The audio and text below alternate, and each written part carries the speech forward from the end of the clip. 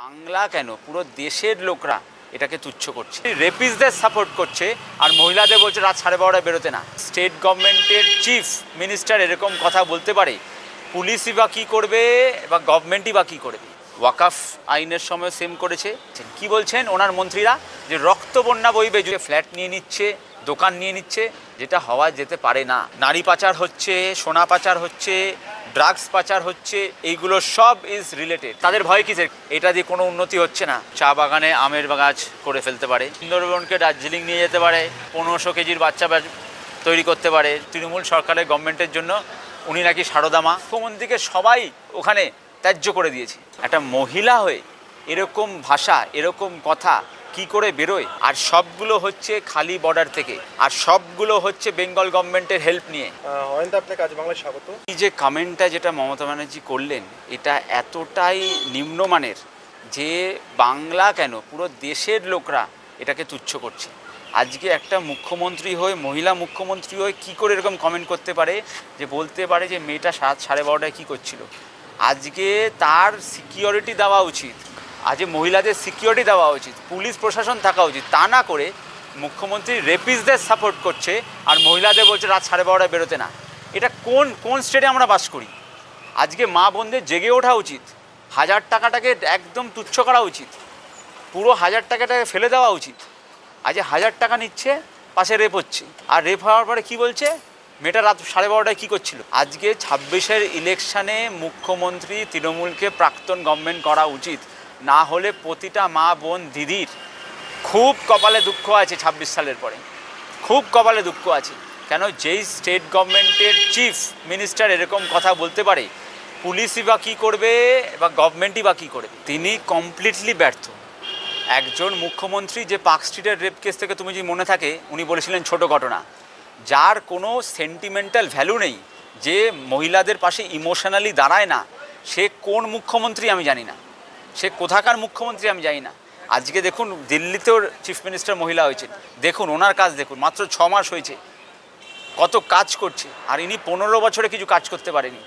আজকে engineer, doctor, গ্র্যাজুয়েটরা home delivery service দিচ্ছে, চাকরি নেই বলে ব্যাঙ্গালোর, দিল্লি চলে যাচ্ছে।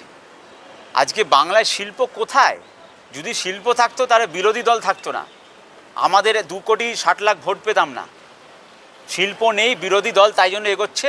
আর 26-এ তৃণমূল কংগ্রেস সরে যাবে, বিজেপি শাসন করবে। প্রতিবার মমতা ব্যানার্জি যখনই কোনো কনস্টিটিউশনাল অ্যামেন্ডমেন্ট হয় বা কোনো লিগাল আইন অ্যামেন্ডমেন্ট হয়, মমতা ব্যানার্জি এরকম করে। ওয়াকাফ আইনের সময় সেম করেছে।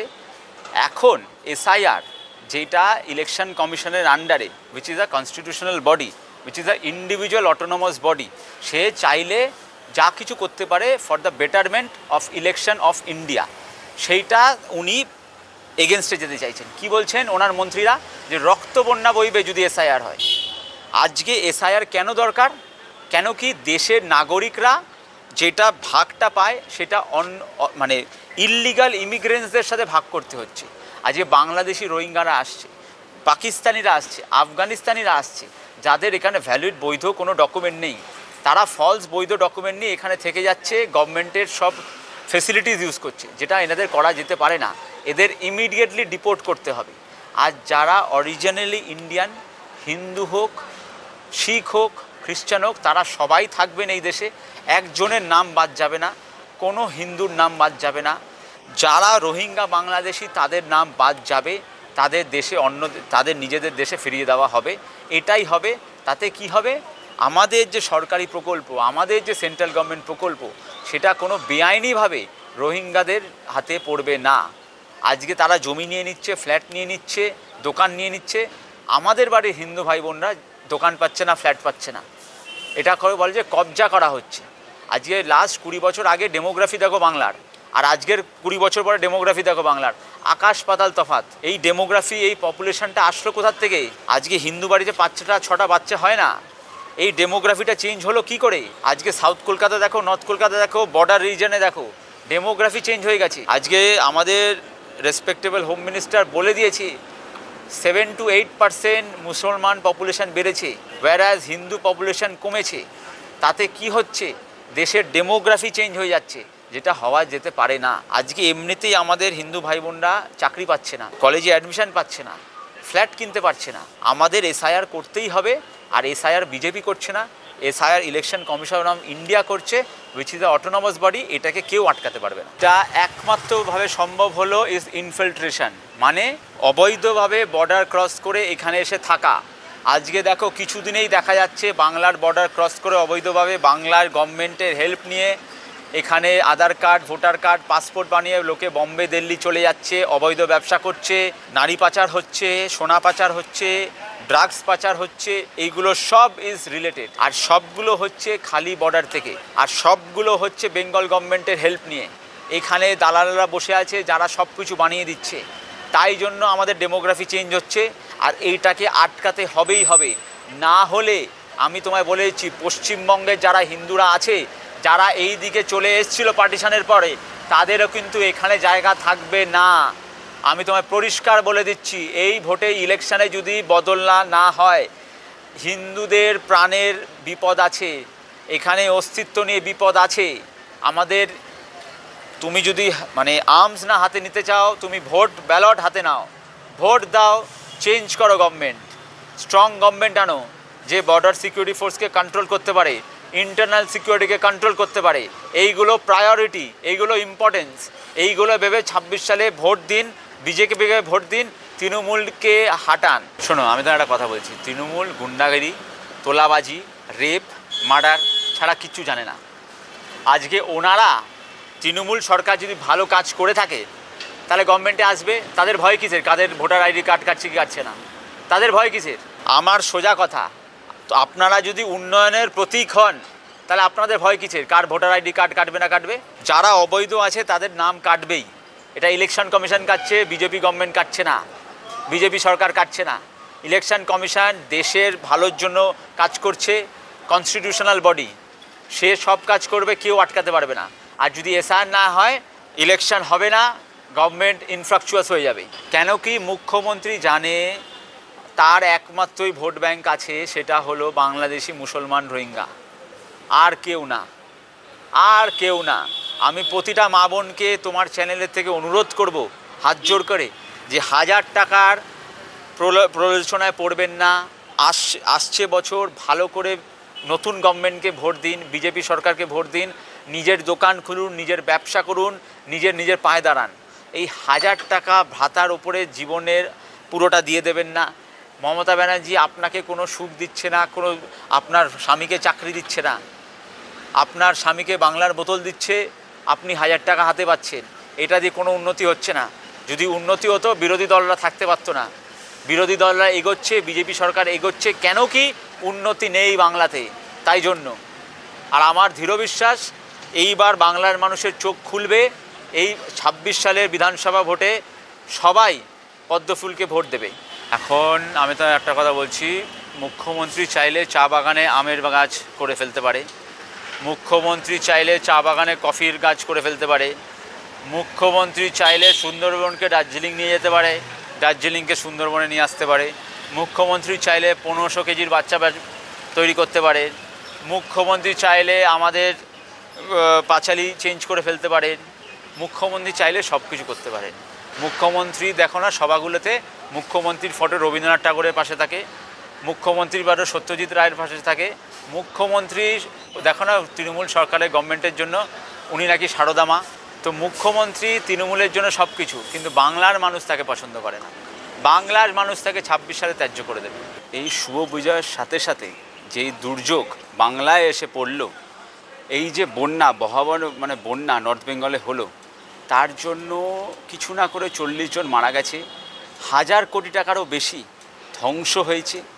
কিন্তু সবচেয়ে দুর্ভাগ্যজনক ব্যাপার হলো যে স্টেট গভর্নমেন্ট কার্নিভাল পালন করছিল, মুখ্যমন্ত্রী নাচছিলেন তার পুরো ক্যাবিনেট মিনিস্টারদের নিয়ে, অ্যাক্টরদের নিয়ে, অ্যাক্ট্রেসেসদের নিয়ে, কিন্তু উনি নর্থ বেঙ্গলে গিয়ে, যেখানে উনি ভোট পান না, তাই জন্য নর্থ বেঙ্গলে না গিয়ে উনি এখানে কার্নিভাল পালন করলেন।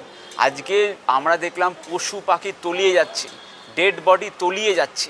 আজকে নর্থ বেঙ্গলের ইনফ্রাস্ট্রাকচার পুরো শেষ হয়ে গেল, মানুষ মারা গেল, দোকান ভেঙে গেল, কিন্তু মুখ্যমন্ত্রী কি বলল? আজকে তো কার্নিভেল আছে, আজকে কার্নিভেলটা করে নিই। তাই জন্য আমি বাংলার প্রতিটা মানুষকে বলবো, নেক্সট 26-এর ইলেকশানে এই গভর্নমেন্টকে প্রাক্তন করুন, এই মুখ্যমন্ত্রীকে প্রাক্তন করুন, আর একটা সোনার বাংলা বানানোর জন্য এগিয়ে চলুন। মুখ্যমন্ত্রী কবে গেছে? মুখ্যমন্ত্রী তো কার্নিভেল ঠার্নিভেল পালন করে গেছে। প্রথমে কে গেছে? আমাদের রাজ্যের বিরোধী দলনেতা শুভেন্দু অধিকারী গেছেন। উনি ত্রাণ নিয়ে গেছেন, উনি লোক পাঠিয়েছেন। ওই লোকের মধ্যে আমিও গেছিলাম। ভয়াবহ অবস্থা, গ্রামকে গ্রাম তলিয়ে গেছে, হোটেল রেস্টুরেন্ট দোকান সব তলিয়ে গেছে, গাড়ি বাড়ি স্কুলের বাস স্কুল সব তলিয়ে গেছে।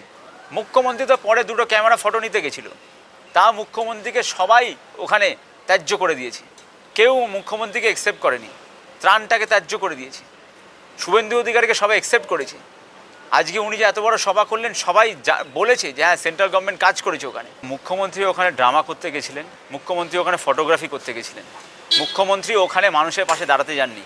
কোনোদিন মুখ্যমন্ত্রী নর্থ বেঙ্গলের মানুষের পাশে দাঁড়ায় না, কোনোদিন দাঁড়ায়নি আজ পর্যন্ত। 15 বছর হয়ে গেল নর্থ বেঙ্গলের মানুষের পেছনে মুখ্যমন্ত্রী কোনোদিন দাঁড়ায়নি। তাই জন্য ওখানে ঠ্যান গোপাল মুখ্যমন্ত্রী, তৃণমূল কংগ্রেস ওখানে। তাই জন্য বারবার সেন্ট্রাল গভর্নমেন্ট বিজেপিকে ভোট দেয় নর্থ বেঙ্গলের লোকরা। কেন জানেন? বিজেপি হলো আসল পার্টি যে বাংলাকে চেঞ্জ করতে পারবে, বাংলাকে একটা গুজরাটের মতন বানাতে পারবে, মহারাষ্ট্রের মতন বানাতে পারবে। আমি তোমায় প্রথমেই তোমার দর্শকদের একটা প্রশ্ন করতে চাই, গভর্নমেন্টের টাকা দিয়ে কি মন্দির বা মসজিদ বানানো যায়? আমি আজ বাংলার প্রতিটা দর্শককে জিজ্ঞেস করি, গভর্নমেন্টের টাকা দিয়ে কি এসব বানানো যায়? গভর্নমেন্টের টাকা হলো ডেভেলপমেন্টের জন্য, এটা আমার মনে হয়। গভর্নমেন্টের টাকা দিয়ে কোনো মন্দির বা মসজিদ বানানোটা অপচয় হবে। আজকে মুখ্যমন্ত্রী মহাকাল মন্দির বানাতে চায়, উদ্যোগটা আমি কি বলবো, স্কুল বানাক, হসপিটাল বানাক, মেডিকেল কলেজ বানাক। আজকে বড় বড় ইনস্টিটিউশন আছে, এনজিও আছে, অথরিটি অর্গানাইজেশন আছে যারা মন্দির বানায়। মুখ্যমন্ত্রীকে মন্দির না বানিয়ে আমি বলবো নর্থ বেঙ্গলের ডেভেলপমেন্ট করতে, নর্থ বেঙ্গলের মা বোনদের পাশে দাঁড়াতে। ভাই চা বাগানগুলো সব বন্ধ হয়ে গেছে, চা বাগানগুলোতে সব ইউনিয়ন হয়ে গেছে, সব বন্ধ হয়ে যাচ্ছে, ওইগুলোকে বাঁচাতে। মুখ্যমন্ত্রীর দীঘাতে একটা জগন্নাথ মন্দির বানিয়েছিল, ওটা কমপ্লিট একটা ফেলিয়ার। মুখ্যমন্ত্রী যে এই ইনিশিয়েটিভটা নিচ্ছে, আমি বলবো নিতে না, কিন্তু যদি নেয় সেটাও একটা কমপ্লিট ফেলিয়ার হবে। কেন? মানুষরা বুঝে গেছেন উনি বিভাজনের পলিটিক্স খেলেন, উনি 33% ভোটের পলিটিক্স খেলেন, উনি ইমপ্রুভমেন্ট কলেজ স্কুল হাসপাতাল এইগুলোর নিয়ে ভাবে না, উনি ডেভেলপমেন্ট চান না, উনি পোলারাইজেশন পলিটিক্স খেলছে, যেটা বাংলার মানুষ 26 সালে ভোটে দেখিয়ে দেবে। আমার এটা একটা মোস্ট ডিসগ্রেসফুল মুখ্যমন্ত্রী।